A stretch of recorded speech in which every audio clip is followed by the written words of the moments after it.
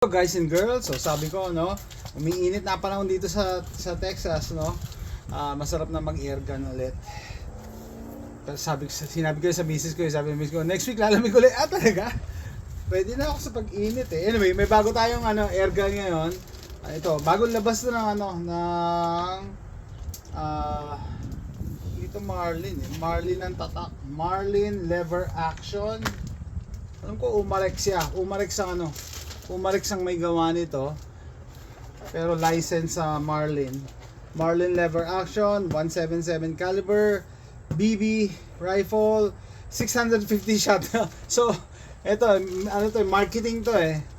No, tinaas nila yung capacity pero hindi naman importante ang capacity, ang importante yung power. So, 300 FPS. 300 FPS. Kinrono ko na to, no? Congrats to me. Finally bumili na ako ng chronograph, shooting chrono. And naklock ko to sa 273. Ay, sandali, magalaw yung tripod ko. Naklock ko siya sa 273, no? 273.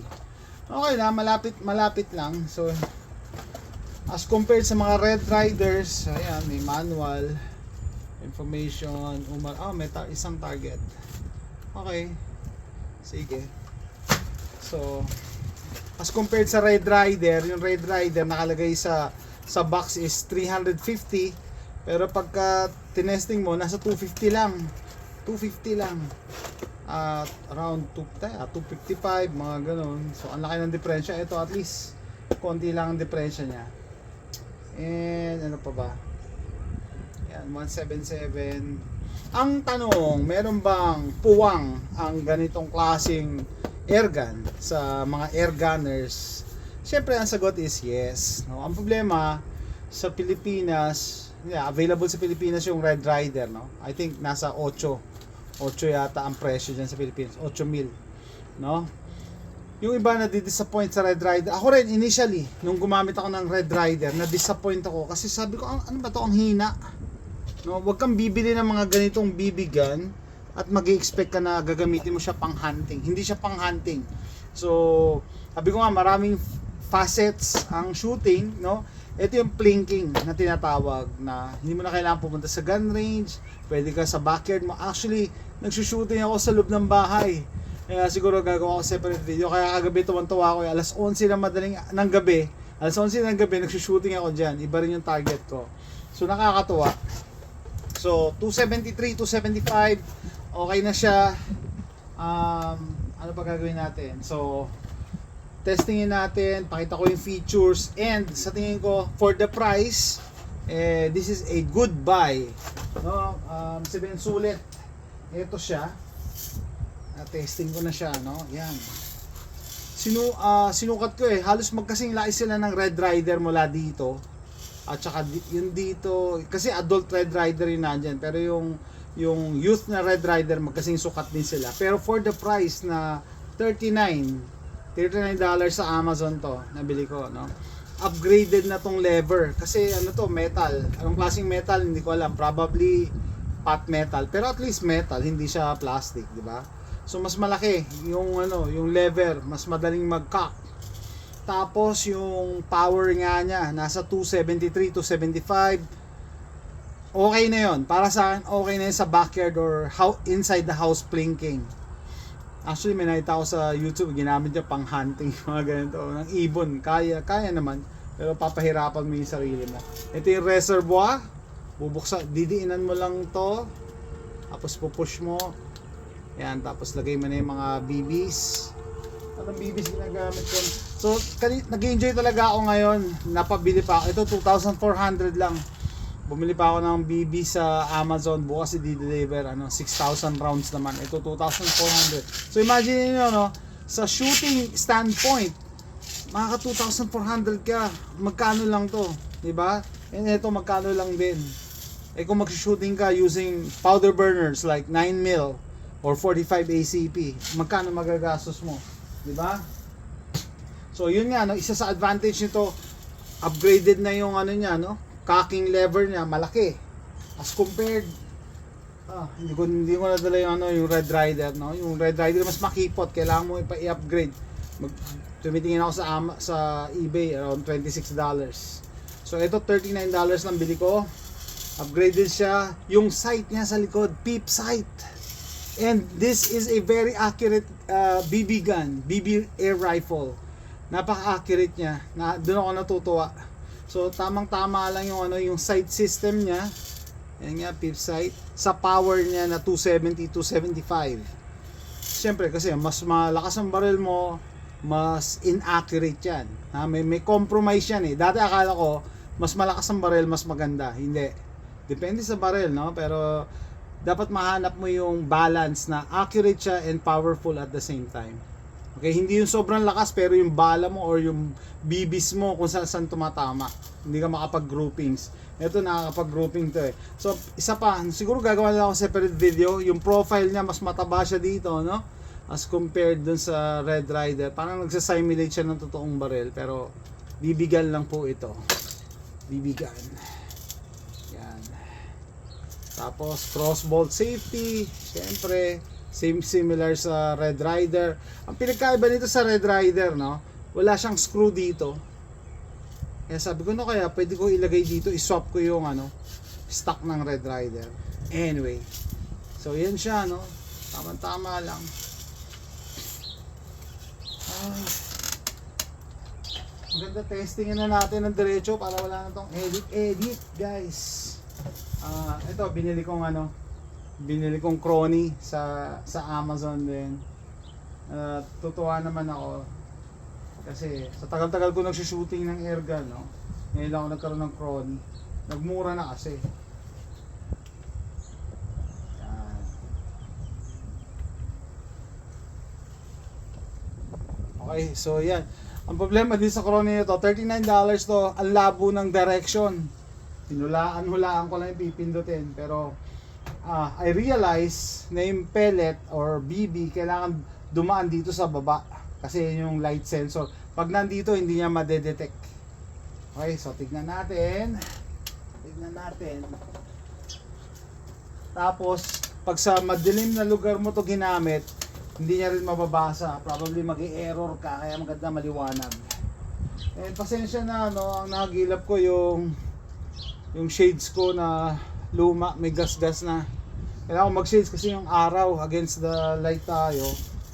Okay. So, ayan ang instruction i-save mo muna. Ay, napapatagal para sa akin yun eh. Tapos, testing, disengage safety, testing natin. Yun, okay. So, I stand corrected, 278. No, 278.9. Sabi mo na nga 279 to eh. So, $39 nandun sa ganung power. Wow. Hindi ako talaga, mas marami kang nakukuha dito sa barrel na to, no, for $39. Tingnan natin, baka nagkamali lang, baka fluke. Safe direction palagi doon meron tayong backstop doon. Maglagay ako ng mga doon, backstop na tabla at saka metal door. Ay, hindi ko dapat pala pinutin mo muna. Ay nako. Dapat pala, narinig nyo yung kalansing. Metal door yun na tinapon ng kapitbahay. Next. Yun lang. Hindi ko alam kung yung Crony may problema o yung barrel. Wala bang tumalsik? Kaya. Wow! Okay. 285. 285. Ha? Wala akong mod na ginawa pero 285, kita nyo naman. So, akatuwa naman, meron na akong Crony. So, itong Crony na to, $39, pwede mo ikabit sa tripod. Pwede mong gamitan ng battery power AA. Pero mas gusto ko yung battery pack para consistent yung power. So, 285. Patayin na natin yan. Tapos na tayo dyan. Maganda na tayo, shooting video na tayo, no? Diretso na to para wala nang edit guys Post na to diretso. Okay. 285. Wow. Kaya sabi ko upgraded na to. Yung cocking lever. Tapos yung power niya 285, nasa 280. That's enough. Okay, sana kung 300, pero for the price, alam ko pwede pa tong i-mod eh. Pwede itong i-mod. So ganito lang pag-load ng BBs, yun nga lang, may matatapon. Kaya mas gusto ko, pinakamay ko. Pinakamay ko.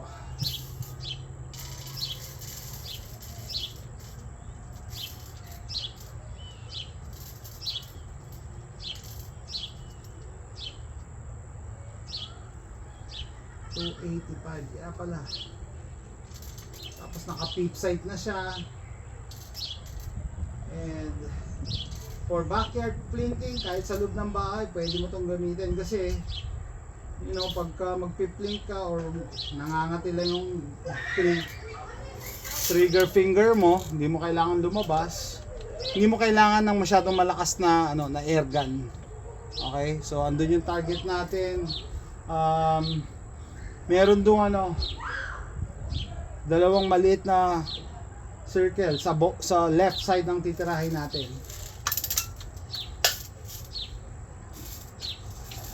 Simulan muna natin doon sa mga swingers. Maganda, maririnig ko kung tumatama ako eh.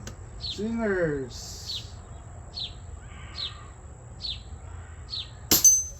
Ping!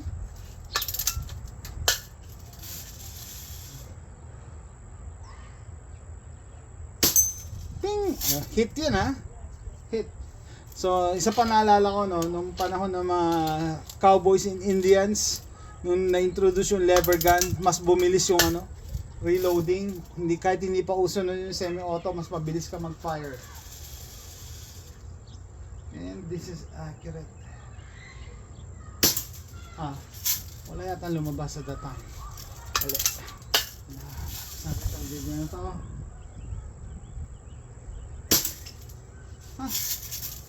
Sablay ako doon. Hindi ko kasi alam kung saan mag-impact. Hold on.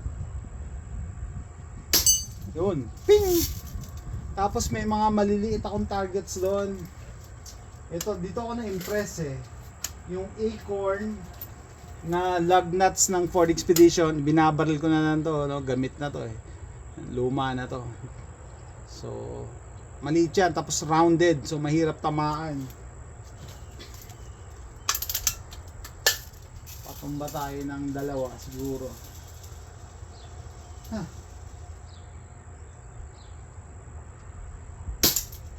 Sablay. Nahabol ko yung araw bago dumilim.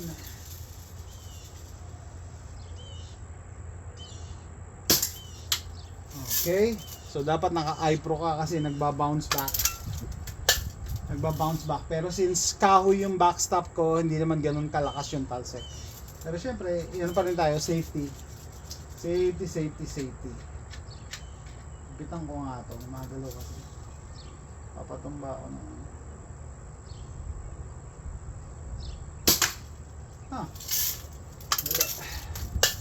Sa left side, medyo left. Hindi ako malalim.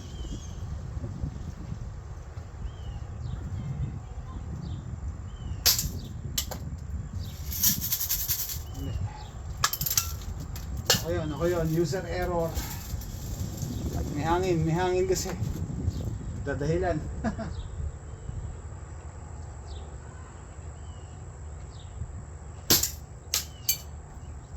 Mama. Sabi mababa yung aim ko. Hold on. Tira nga muna tayo ng RAM.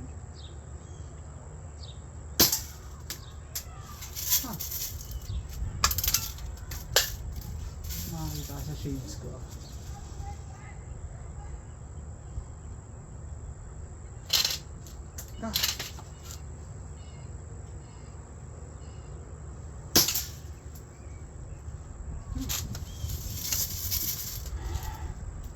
So pag ganito meron kang ilang libong rounds, 2,400 rounds kahit buong araw kang mag-shoot dito.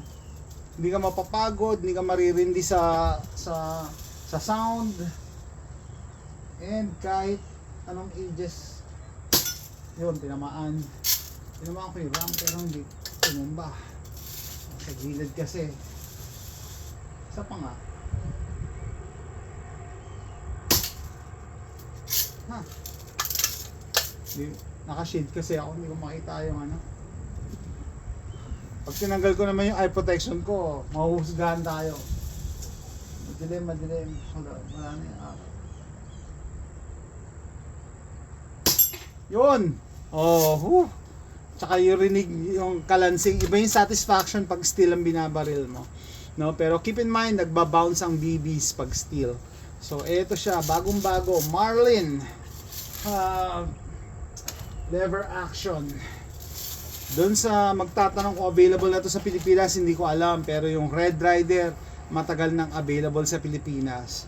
And yung mga tao sa Pilipinas, mga air gunners, they tend to shy away sa mga ganito kasi feeling nila mahina. Kasi hindi naman talaga siya pang hunting. No? Baril nga tayo ng isang lata para makita nyo rin yung ano. Ma-compare nyo yung 285 FPS. Ay nako, binaril ko na to kanina eh. Saan natin mabarilin to? Ito. Baril lang natin dito. So mag-ingat tayo sa ricochet. Dito. Naka iPro ko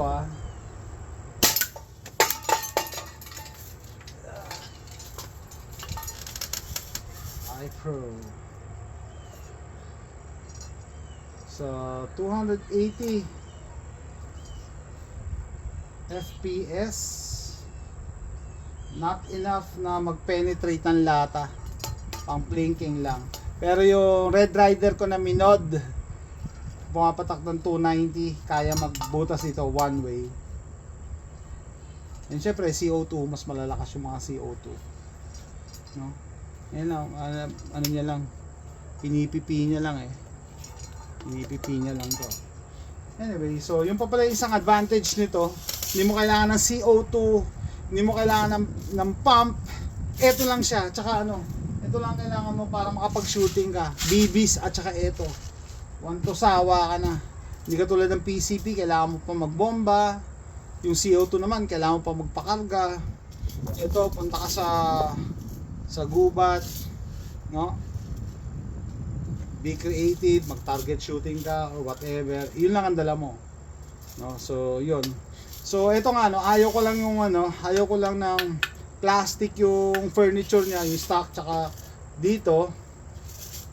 Kaso, ang advantage naman nito, hindi siya madaling magasgasan as unlike yung wood. Yung Daisy, talaga ingat na ingat ako doon kasi kahoy. Konting sagi lang, gasgas yun. Ito, mukha naman siyang matibay. So siguro ang pwede kong gawin dito, i-fill ko to, maglalagay ako ng substance na pampuno para bumigat-bigat, magkaroon ng konting weight. Masyado kasi magaan. Pero yan, ito yung bagong Marlin Cowboy Action ng Umarex. May serial number pa talaga. No? Yan. Mukhang ni-license nila yung Marlin. Ayan, yung Marlin. Kasi hindi nakakalam, nasarado na yung Marlin. Nag-take over yata yung Ruger dyan eh. Nag-take over ang Ruger. Pero something to do pag papatay ako ng oras, dito ako sa bahay. Pwede ko tong gawin sa loob ng bahay eh, pag masama yung panahon. At saka kahit gabi na, nagta-target shooting ako. Hindi naman siya ganun kaingay eh. Mas maingay pa yung impact nung ng BBs. Kailangan magpalit ng eye protection at dumidilim na. Hirap na dito kasi wala na yung araw. Isa pa nga kalansing. Walang unsupported. Ting! That's it guys. Hopefully nag-enjoy guys sa video na to. Please click like and subscribe and thanks for watching.